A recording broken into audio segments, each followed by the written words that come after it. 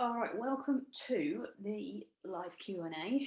I am just waiting for all the technological stuff to wind itself up and to work, if it works.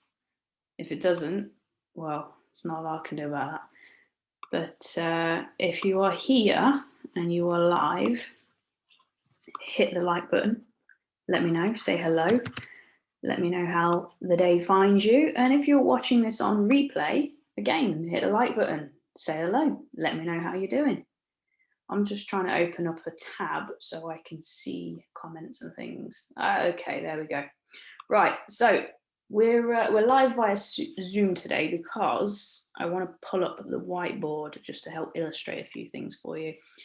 So last week, I pinged out an email and I put up a post asking for some questions from you around anything to do with thinking and feeling better, anything to do with mindset, anything to do with, just living a better life. And a couple of interesting questions come through. First one's fairly deep, and the second one is a really nice question that I think applies to many people. So the first question I had was around a limiting belief, around the idea of not being good enough. How do you create a better life when you always feel like you're not good enough, like nothing you do is ever enough? It doesn't seem to matter what you do, or how you do it, it's just not enough. So the first thing we need to understand is it's essentially a belief, okay? It's a belief that is formed based on an experience that this person has had. And probably many people, I think not feeling like we're good enough is a belief that many people hold. I know it's something I held for quite a long time. So it's a belief based on an experience.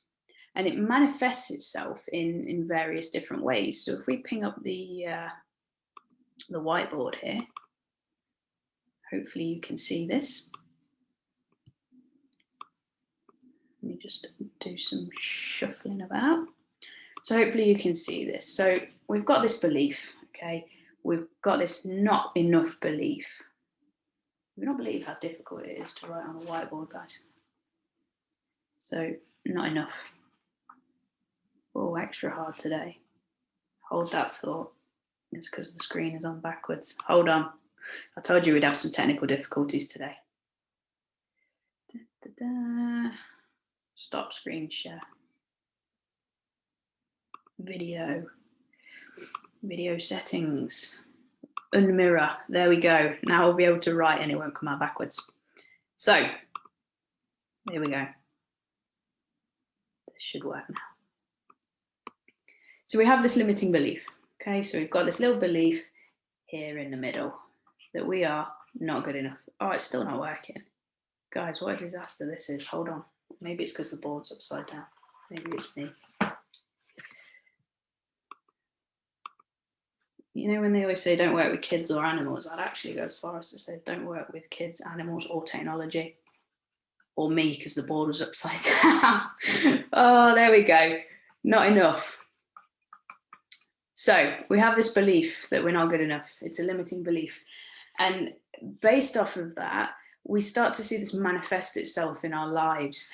We tend to have all these different things that come about as a result of it.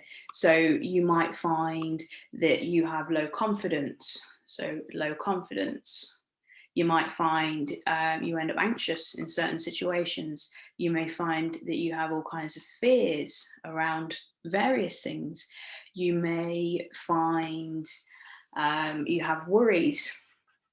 You may find you have doubts around yourself, around anything, other people, relationships, money, jobs, all kinds of stuff.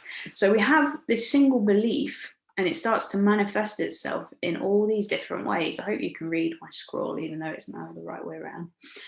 And it manifests itself all these different ways. And we start to identify as being low in confidence, a worrier, someone who has anxiety, someone, who is full of self-doubt. We have all of these little symptoms that have come about as a result of that belief.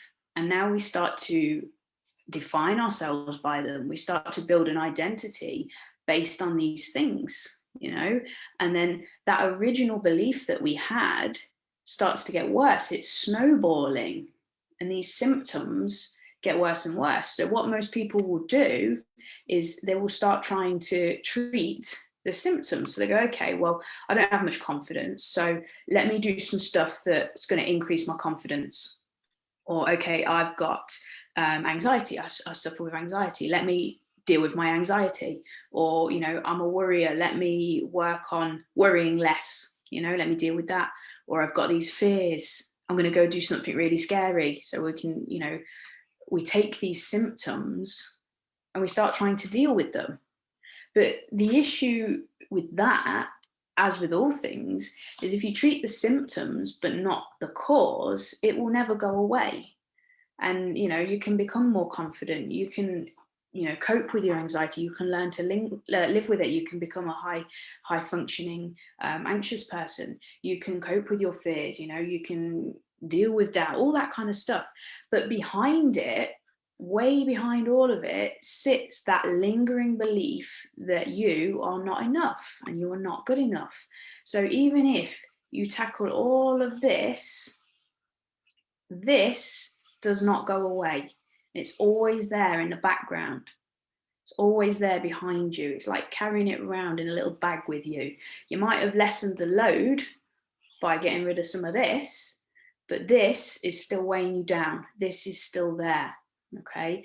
And until you deal with this, then nothing's going to change. You'll still be stuck with that little limiting belief.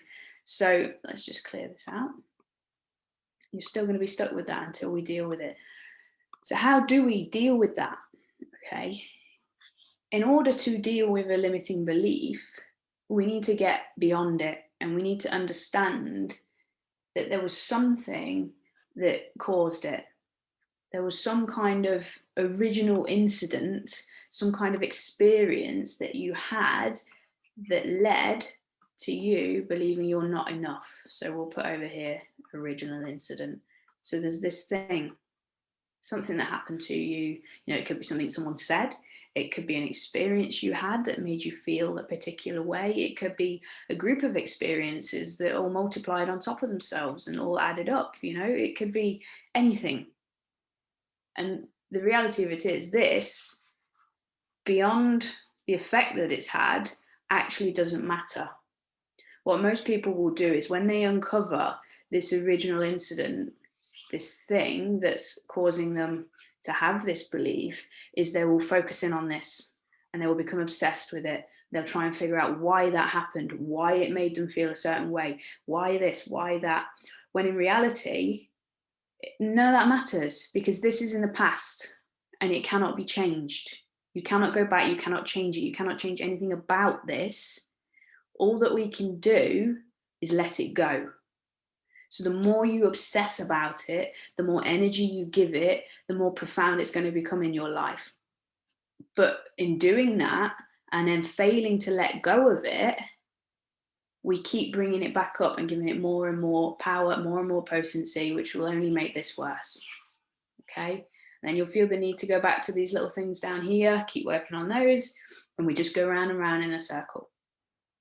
So, and this is where most kind of cognitive behavioral therapy and various talk-based formats, don't always work, because you can talk about this original incident till you're blue in the face, but until you actively deal with it and let it go, it's not going to change. All you'll do is make it more potent. You'll give it more energy. It's one of the reasons why psychedelics work so well. And I am not telling you to go and get high and do LSD and that kind of stuff. But what you'll see and you'll understand is that when people have a psychedelic based experience, they're not just talking about the incident, they're feeling it and they're experiencing it fully. And it's in that experience that we're able to let things go. Okay, until we can feel something fully, we will keep holding on to it. And this is what most of us do. We talk about it, we talk about it, we talk about it, but we don't want to feel it. We don't want to properly deal with it. So we shove it down until we're ready to talk about it again. And it keeps coming in and out, in and out, in and out, getting bigger and bigger and bigger and harder to push away every time that we do it. So until we're prepared to deal with it by feeling fully and actively letting go, nothing here will change. And the first piece of being able to let go is to accept it. And as long as we keep asking, why did this happen? Why me? Why this? Why that? Then we're not accepting it. Acceptance is the first step in letting go. We cannot let go of something until we accept it for what it is. We accept it, we let go of the details, we stop caring about why it happened, all that kind of stuff, and we start to disrupt the energy about it.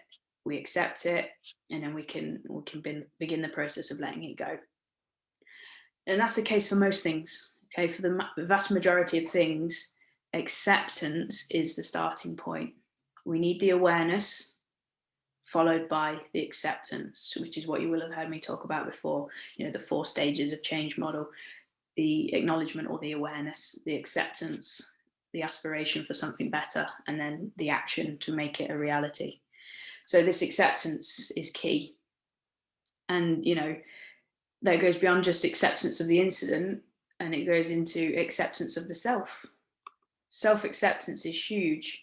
For most people, when they start to accept themselves, we'll put SA for self-acceptance, letting go of the original incident and all the other original incidents, because there's going to be loads of little things that happen to you in your life that have created these beliefs, not just one big thing, loads of different things. But when you have a level of self-acceptance, all of this gets so much easier, because when you can accept yourself, then you can accept everything that has happened to you in your life. And with acceptance comes forgiveness. With forgiveness comes letting go.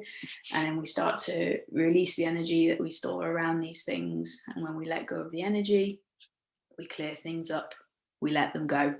And then we're no longer plagued by them, and we no longer feel the need to try and treat the symptoms. So you can see how it goes beyond this, up to this, and then beyond that. Yeah, so it's a process, and it's not as difficult as it would seem. Once you get to that level of acceptance and you start to accept yourself and everything in your life, letting go of everything becomes so much easier than working on all those manifested symptoms that you've been trying to work on, by becoming more confident, by dealing with your fears, by dealing with your worry, by coping with your anxiety, all of those things. Because letting go is fairly simple and straightforward when you have the right training, the right tools, the right guidance. But it all has to start with awareness and then acceptance, going beyond the symptoms and getting right back to whatever started it all off and letting go of that, kind of drawing it out, allowing ourselves to feel fully rather than shoving it away, and then letting it go. So there's a few key kind of points there. First is have the awareness of what's actually behind it. The second is accept it. The third is be willing to feel fully so you can let it go. And that's ultimately how we can start to deal with these things. So hopefully that gives a little bit of insight into the first question. The second question, let me just get rid of my screen share. There we go. The second question was around being heard. So talking to somebody, or, having an issue that you need to deal with the help of a professional, but not actually being heard in what you're saying. So to give you an example, for example, you're going to the doctors and you're experiencing something, but the doctor isn't really listening to you, and you don't feel heard. And that can happen in many spaces. It can happen at work. It can happen in relationships, anything to do with other people. So there's a couple of things that we can do with this. The first one is on you, and the second one is on them. So the first thing is to assess your communication. How are you communicating with that person that you feel isn't hearing you? Are they not hearing you because they don't understand what you're saying, or you're not saying it in the right way. Is your communication perhaps not where it needs to be?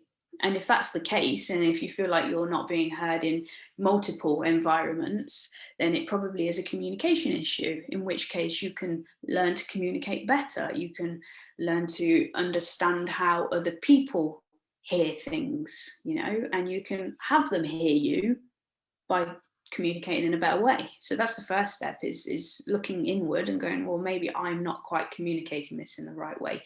For a lot of people, particularly when we're trying to communicate things that we care about or things that have a big impact on us, we hold back and we don't always tell the truth, and we don't always say exactly what we mean.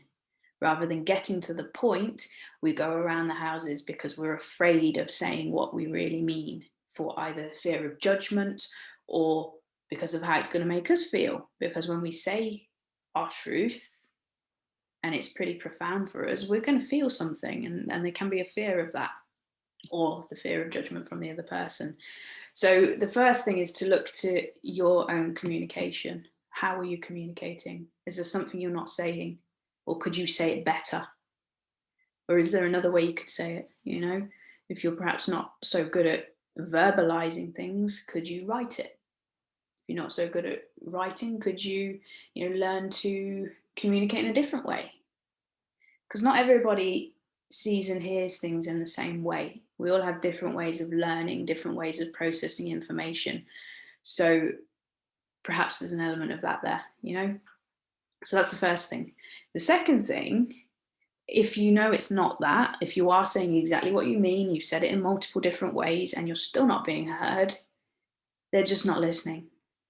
And that's not on you. Sometimes people don't want to listen.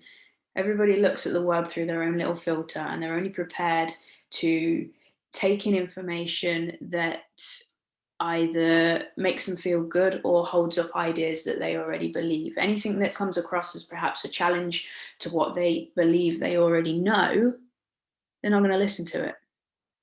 Okay, so sometimes people just don't want to listen, either because it's challenging them in some way, challenging their ideals, their perceptions, their perspective on the world, or they just don't want to listen because they don't care.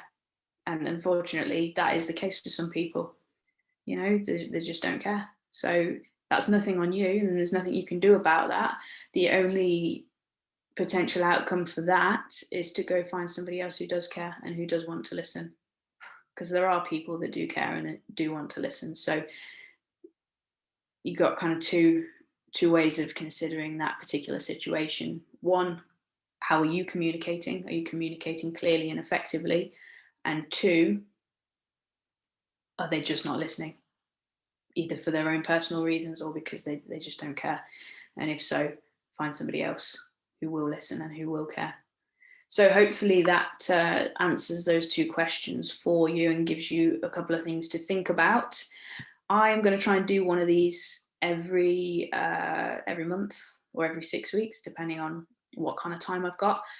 So if you do have questions, make sure you keep your eyes out for the post where I give you the option to submit them. Or if you're not in my little inner circle and you get my weekly emails, let me know, and you can get the free pack plus access to that little inner circle there, and I will personally email you and ask you if you have any questions. So that's all. I will drop you a podcast episode on Thursday, but other than that, have a wonderful day, and I'll see you all very soon.